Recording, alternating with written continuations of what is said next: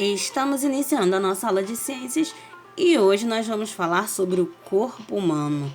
Nada melhor do que você se conhecer, não é verdade?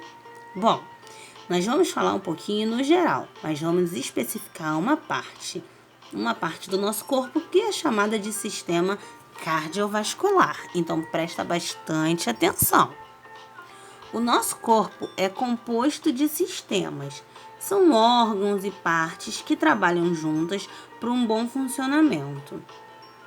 Temos aí o sistema digestivo ou digestório, que é aquele, olha aqui, ó, que transforma os alimentos em nutrientes para o nosso corpo e a parte que não é boa manda para fora. Nós também temos o sistema cardiovascular, que é o sistema que faz o nosso coração bombear sangue para todo o nosso corpo. E esse sangue vai levando oxigênio para os órgãos, permitindo que o nosso corpo funcione bem. E também temos o sistema respiratório, que é aquele que faz com que nós possamos sobreviver respirando e fazendo a troca de gases dentro do nosso pulmão. Bom, ainda tem muitos outros. Se eu fosse colocar tudo aqui, nossa, esse vídeo ficaria muito grande. Mas hoje a gente vai falar só desse aqui, o sistema cardiovascular. Ele funciona no nosso corpo como um conjunto de tubos. Essas listrinhas que vocês estão vendo, azuis e vermelhas. É por meio dele que o nosso organismo recebe o oxigênio e os nutrientes necessários. Além disso, ele também exerce a função de transportar as substâncias inúteis para serem eliminadas do nosso corpo. O sistema cardiovascular, ele é composto pelo coração, que é esse que você está vendo bem aí no meio, pelo sangue e pelos vasos sanguíneos. Bom, essa imagem que você está vendo agora é a composição do sangue. É isso mesmo, do que o nosso sangue é feito. Temos aí os glóbulos vermelhos, que são as hemácias. Elas são células que dão a cor vermelha ao sangue. Elas têm a função de transportar o oxigênio e o gás carbônico para todo o nosso corpo. Nós também temos os glóbulos brancos, como você pode ver na imagem. Eles são os leucócitos. São células do sangue que defendem o organismo contra as doenças, combatendo os micro-organismos que invadem os nossos sistemas. Eles são os nossos protetores.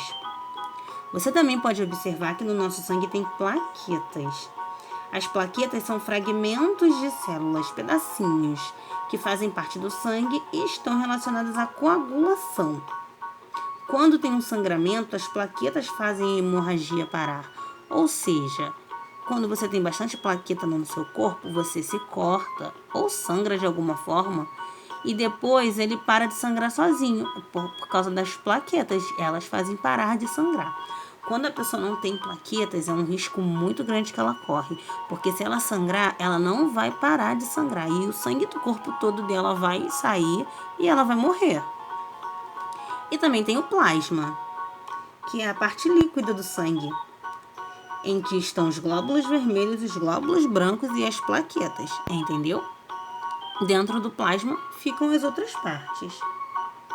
E a gente também tem o sangue arterial, que é o sangue que é rico em oxigênio, e o sangue venoso, que é o sangue que carrega o gás carbônico. E você, já viu o seu coração?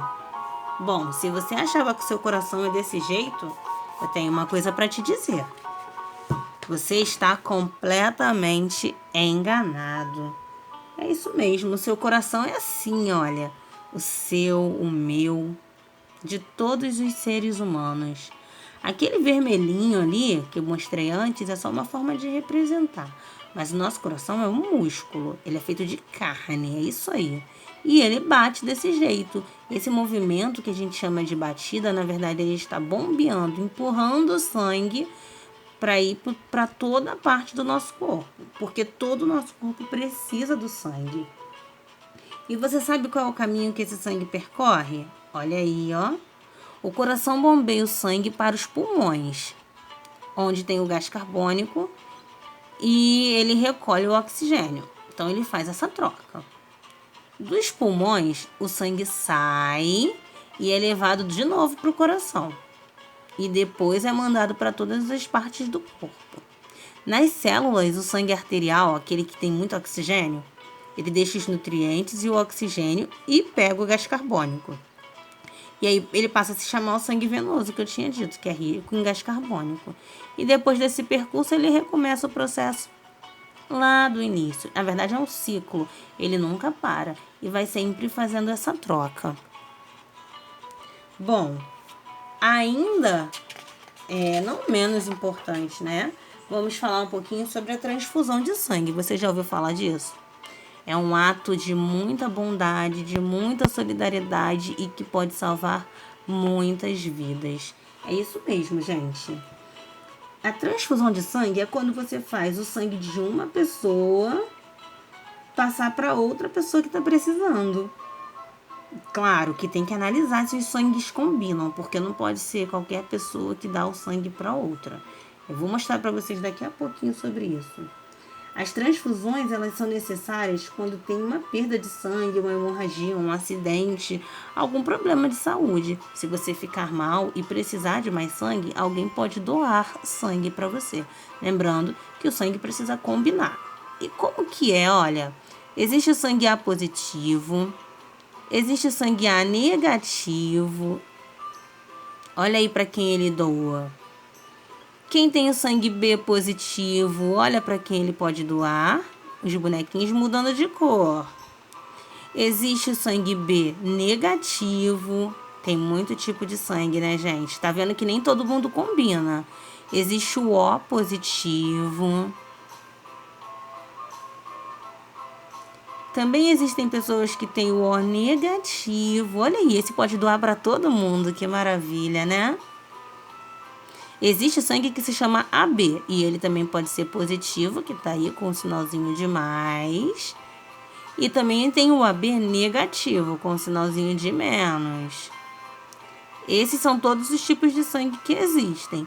E aí uma pessoa tem que doar para outra de acordo com a combinação. É claro que no hospital, quando você vai fazer a transfusão de sangue, eles fazem o exame para saber o seu tipo sanguíneo e saber se você pode doar para alguém.